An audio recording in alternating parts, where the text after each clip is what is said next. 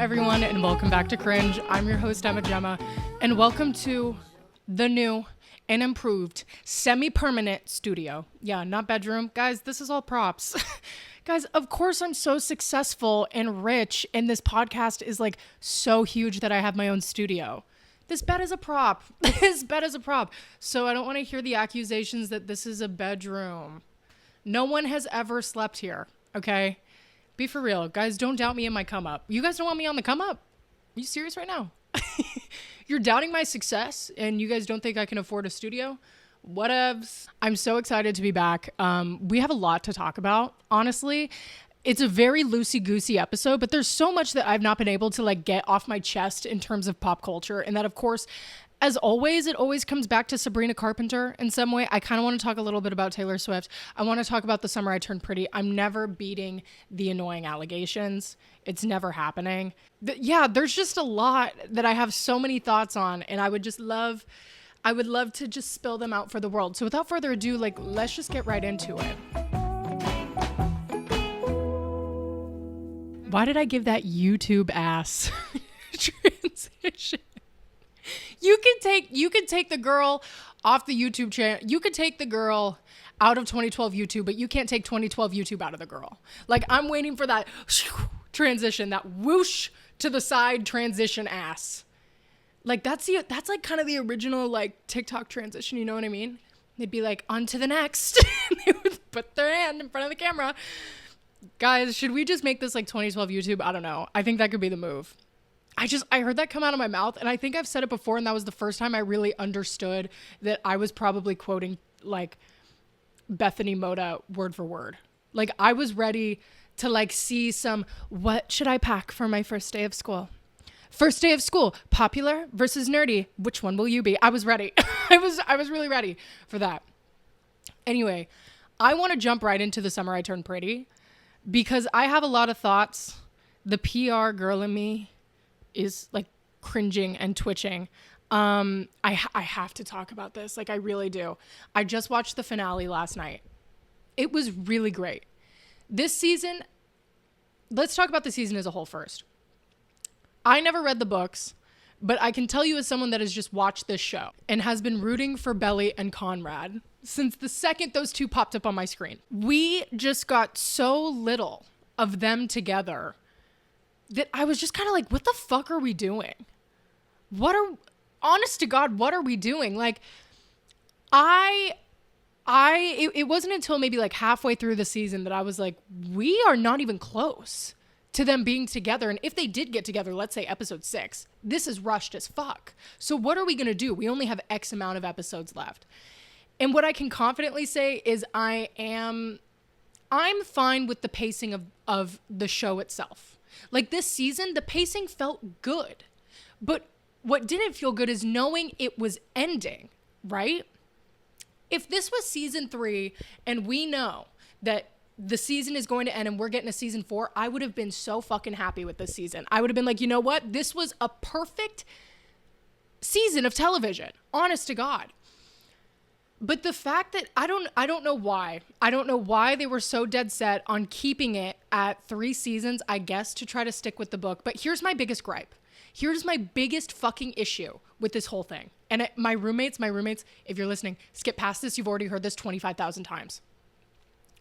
So we get to the wedding, and that is when we stop going by the book, from what I hear. That is when the book kind of like ceases to give any more material to the story. Now it's what Jenny Han and her writers are coming up with to round out this story for TV. And we get 3 whole episodes of this. And honestly, I really liked the episodes. They did weirdly feel different than the rest of the season, and I'll talk about that in a second. But my thing is, if we're going to go off script, let's go off script. Why did we only do 3 fucking episodes of that?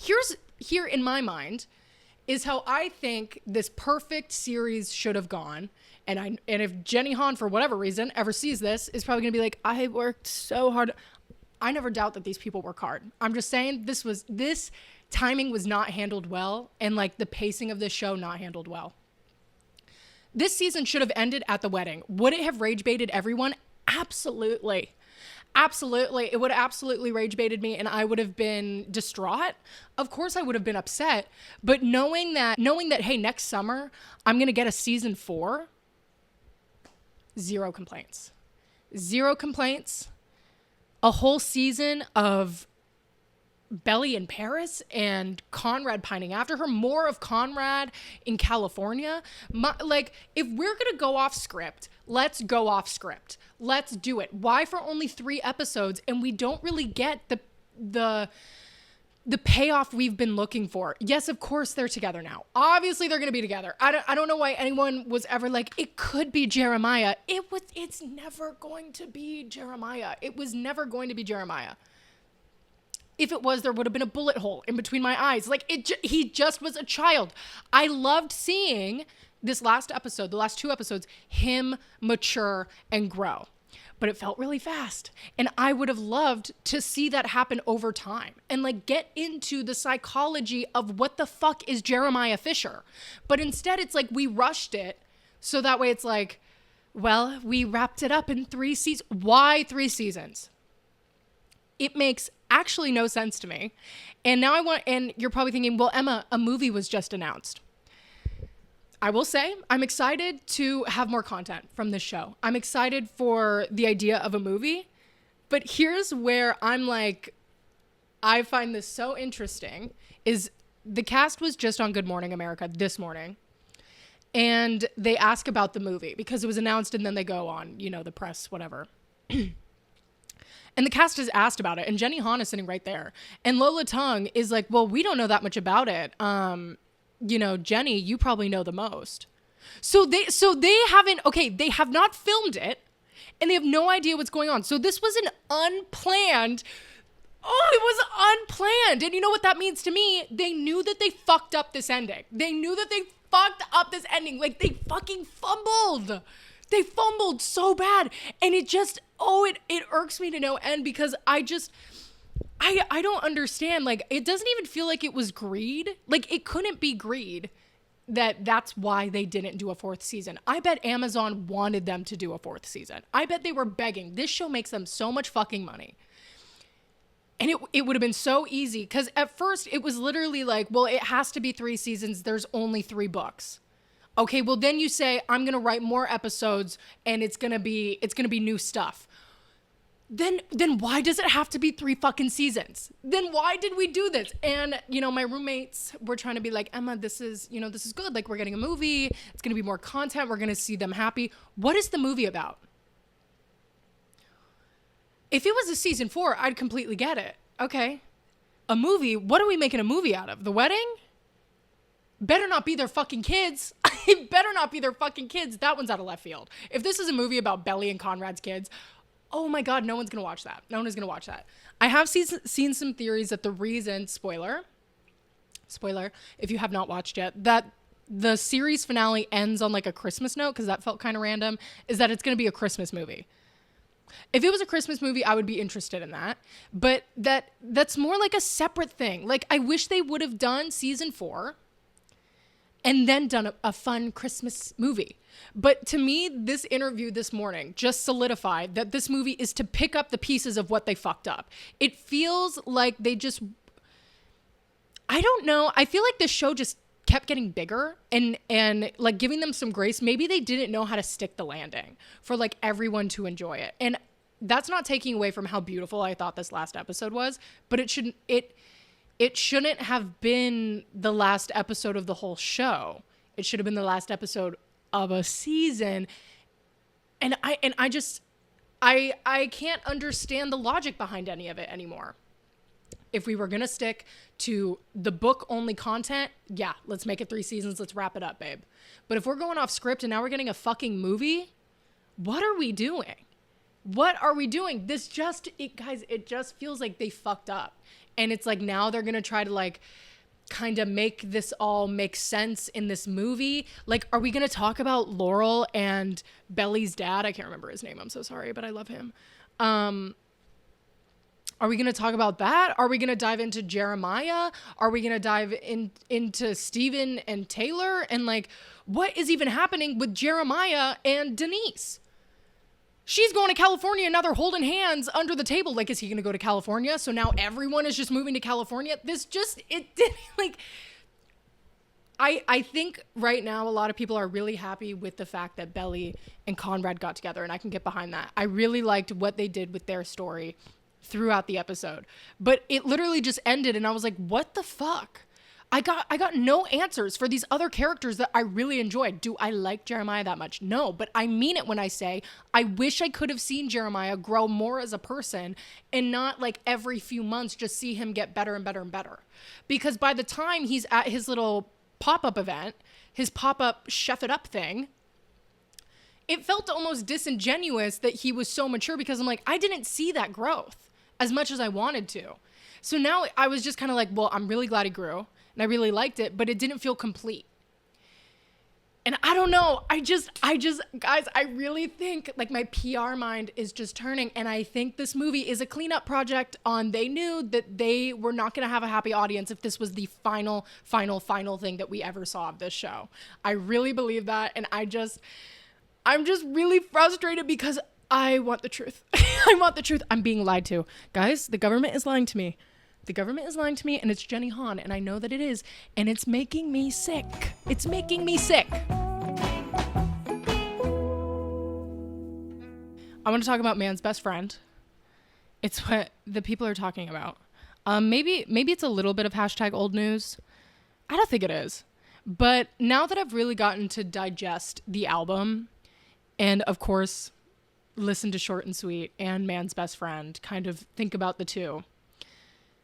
I really like Man's Best Friend. Let's get that out of the way. I really like Man's Best Friend. The first listen, you're not going to get it. Okay. What's that TikTok audio? You're not going to get it. But the second time, something like that. I was like, you know what? This is like a good pop album. It's really fun. It's not perfect. It's not my favorite album in the world, but I really like it. And I just was listening to it a lot. There are some songs that I find myself, I'm continuing to come back to, and I really like them. This album is a grower of an album on me. But the thing is, guys, is you listen to Man's Best Friend and you're like, this is a really fucking good pop album. Like, this is really good. And then you listen to Short and Sweet and you think, and this is an even better one. And this is an even better one. And I love both. Like, I love both. A song from either of those albums will be in my Spotify top 5, like in my Wrapped this year. Probably both of those albums will be in my like top 100 songs. I love both albums. The challenge that Sabrina had is there's no way to remake something like Short and Sweet. It's like if Michael Jackson tried remaking Thriller.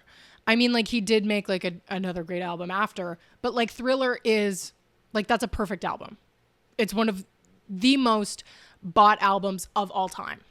Short and Sweet, I would say, is a perfect album. I love how I just went straight to Michael Jackson, but that was the first album that came to my head. And you have these albums like this. I would argue 1989 by Taylor Swift. That's a perfect album. And then she tried to literally remake it and it was dog shit. Okay. Like, you can't reinvent the wheel on a lot of these. And that's what a lot of artists have trouble with when they have this massive success is, one, you're getting this issue where what are you going to do with the next project? But also kind of the sustainability of your last project. Like, I saw this TikTok of this guy. I'm going to see if I can find it.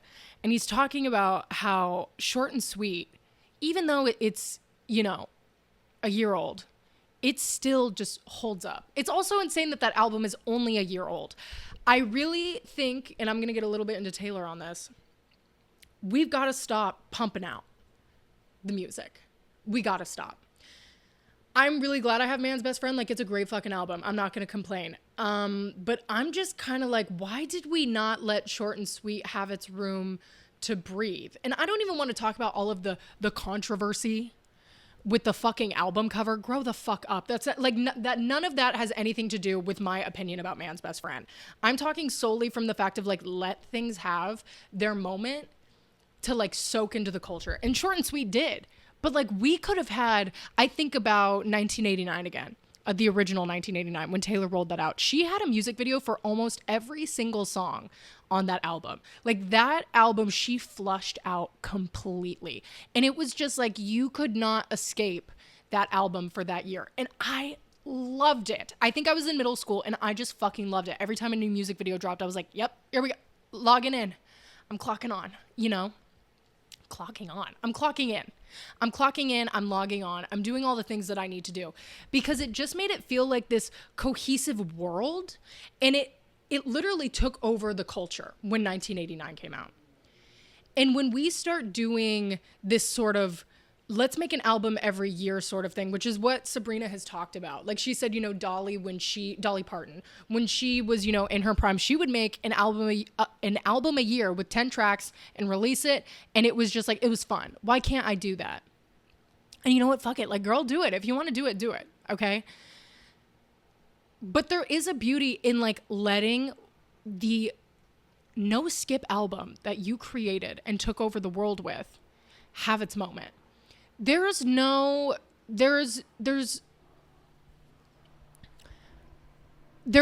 like slowing down on the Sabrina Carpenter train right now. Even before she announced Man's Best Friend, it's not like people were like, oh, short and sweet, like so last year. It's like, no, Sabrina Carpenter is like that bitch. She's everywhere. She's at every festival. She's doing everything. Let's continue to marinate in that. It wasn't like she was losing her notoriety.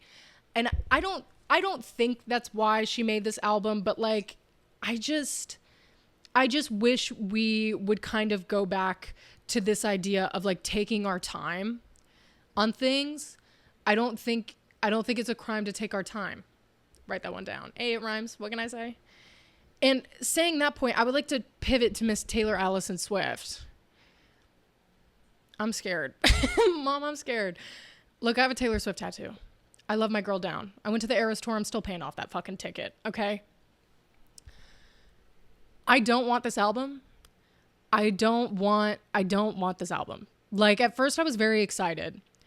And then the same old shit just is flooding my everything when it comes to Taylor. The variants, the fuck ass cardigan. This cardigan is ugly as a mug. This thing is so ugly. And it's just, of course I would love new Taylor Swift music, but I don't want a Taylor Swift rollout again. Like why does everything have to be so urgent and so rushed?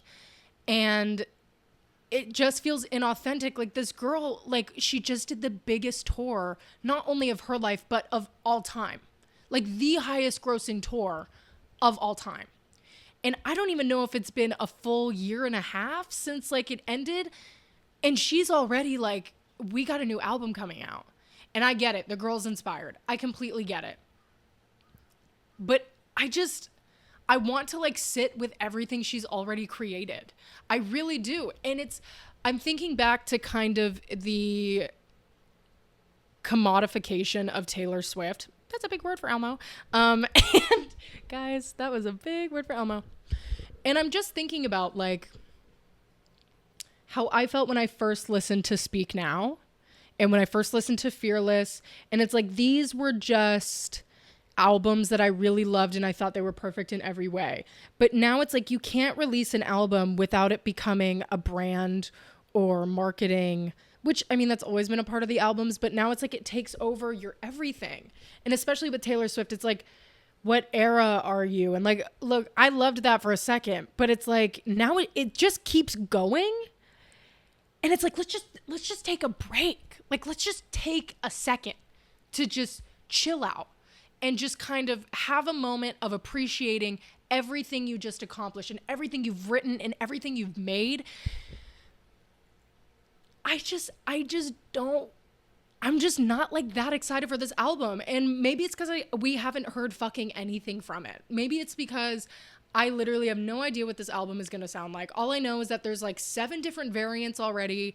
And it's like she's doing all this promo of like a door on her thing and like countdowns. And then the countdowns are literally only for new vinyl variants. And it's like this doesn't feel like an album. This feels like a product. And that's something that people have been talking about with Taylor Swift for a while, is just like how she's become a product. And as like a longtime fan of hers, it really does suck. Like, I'm not going to lie. It really does suck. And I just don't, it's hard when and I'll give her grace on this.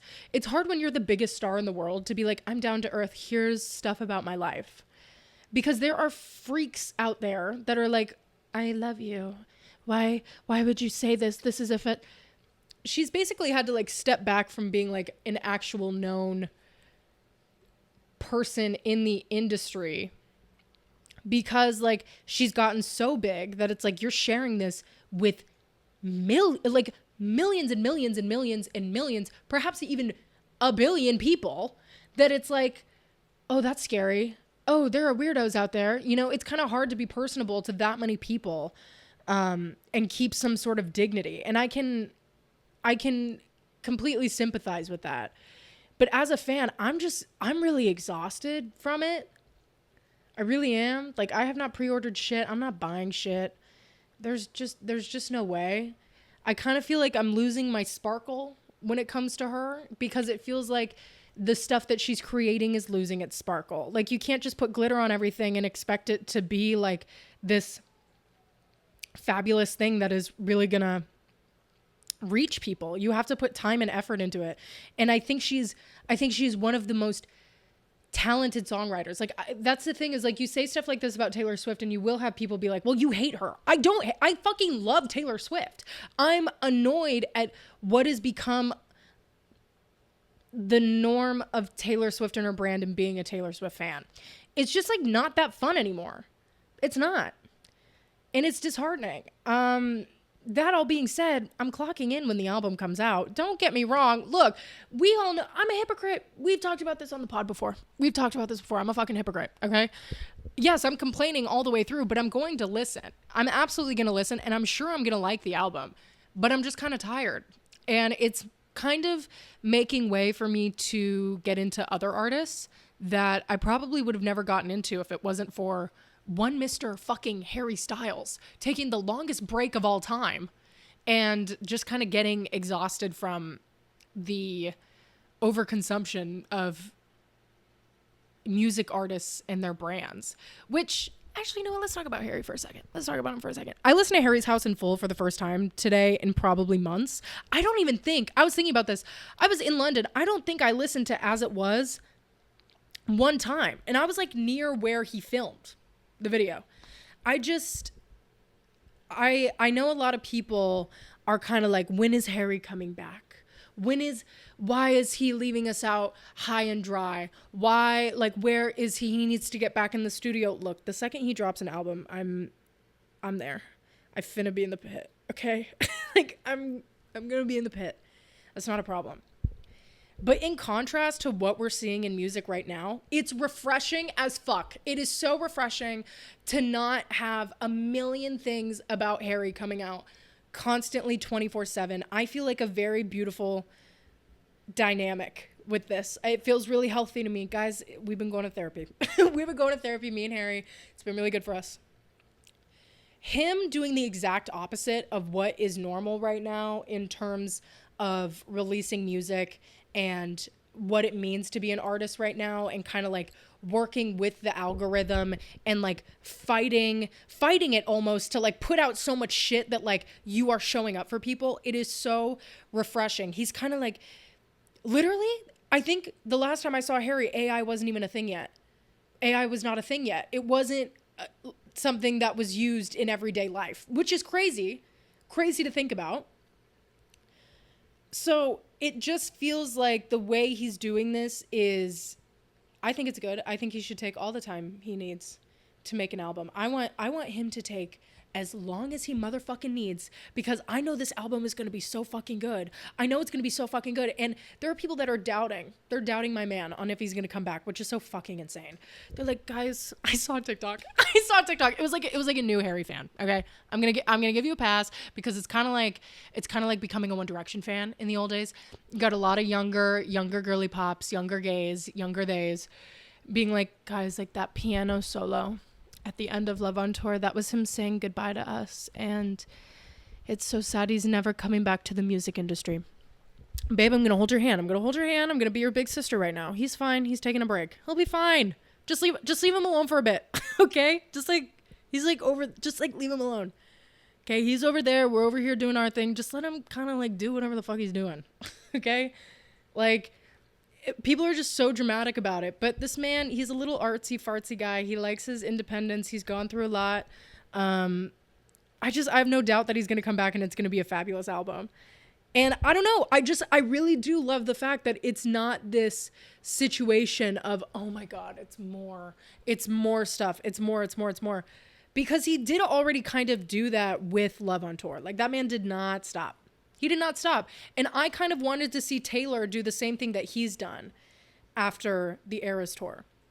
Love on Tour was huge for him. I think it's like the number 6 or number 4 most successful tour of all time. Like, Love on Tour was fucking huge because he did it from Fine Line to Harry's house. Like, it was huge. He kept going back and like doing the fucking residencies. Like, that thing just never ended. And what did he do? He took a break. And I just really think that Taylor should have taken notes. Well, not taken notes, but I just wish she would have done something similar. It makes her seem more human. It makes her seem less like a brand. I don't know.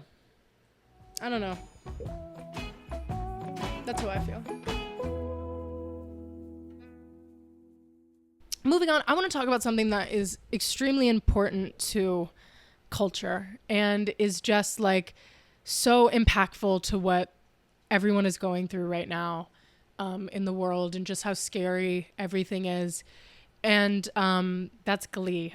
That's Glee. Guys, we're missing Glee. We're missing happiness, and we're missing the show. And I don't think that's a coincidence. I think I need to sit up. Can you guys even see me? I don't think that's a coincidence. I started Glee for probably, I'm not kidding, the 3rd time. I've watched the first season before in full. And then I just kind of gave up. I think new people showed up in season 2, and I was just kind of like, I don't want this. This is stupid. But now I'm rewatching. I'm rewatching Glee. And I just have to give you guys this life update on me because, you know, some very fucked up things have been happening in our country. And it's really been freaking me out to the point that yes, this is going to tie back into Glee. Give me a second. That I had to like get off social media. Like, it really was just like freaking me out. And the internet is really scaring me right now. So I'm like not really on it. And so the day that I like kind of deleted everything, I was driving in my car and I was so anxious. I was like, do we have Civil War tomorrow? Have you guys seen that TikTok? It's so funny. This guy's going, do we have Civil War tomorrow? Do you guys know? And I'm just like freaking the fuck out. And suddenly, Don't Stop Believin', the Glee version. Yes, the Glee version. The Glee version comes on. And I'm driving to school, and guys, there are tears streaming down my face, and I'm sitting here and I'm going, we can't give up on this country. We can't give up on this country. We cannot stop fucking believing. We can't do it. Rachel Berry wouldn't want that for us and her 2 gay dads. She just wouldn't. And it was like genuinely moving. And the thing about Glee that is so funny to me is there are parts where I'm literally like, if this is my iPad right here, because I only exclusively watch it on my iPad, of course. Like, I'm looking at it like, oh my God.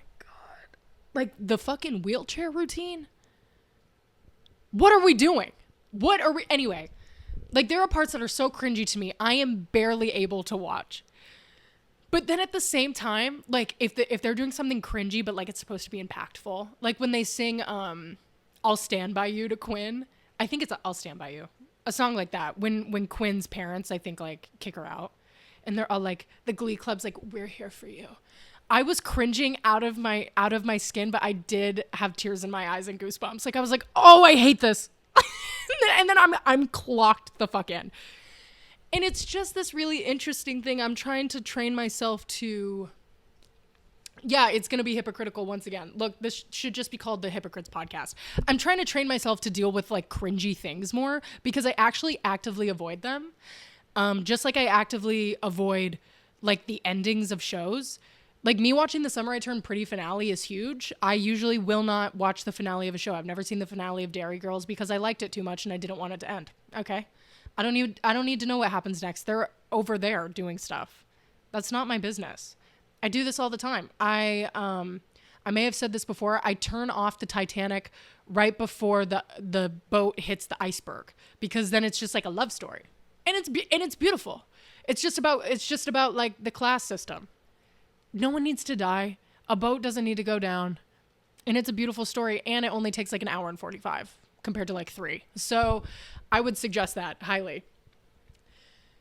But I'm not good at handling TV shows that actually make me feel things, like that aren't just like funny. Like the second that I'm cringing out or I'm feeling a little sad, I'm like, well, I'm going to shut this off. Goodbye. I just can't do it. So it's almost like exposure therapy with Glee. And you know what? It's got me feeling inspirational. What can I say? Like, guys, we just can't stop believing. We cannot stop believing. I'm watching that. And I'm also watching, you know what? If you watch Big Brother, clock in. We're going to talk a little Big Brother right now. I don't know how many people my age are fucking watching Big Brother, but I've watched Big Brother since, the first season I was probably like 2 or something, but I remember like my mom would watch it all the time. She still watches it. Big Brother. Oh my God, it came out in 2000. Big Brother is older than me by like a few months. I think probably like the first season I watched was maybe like 6 or 7. I remember Jeff. Let's see. I remember Jeff because that's my dad's name. And so I was like, my dad's on Big Brother. Because I was like so tiny.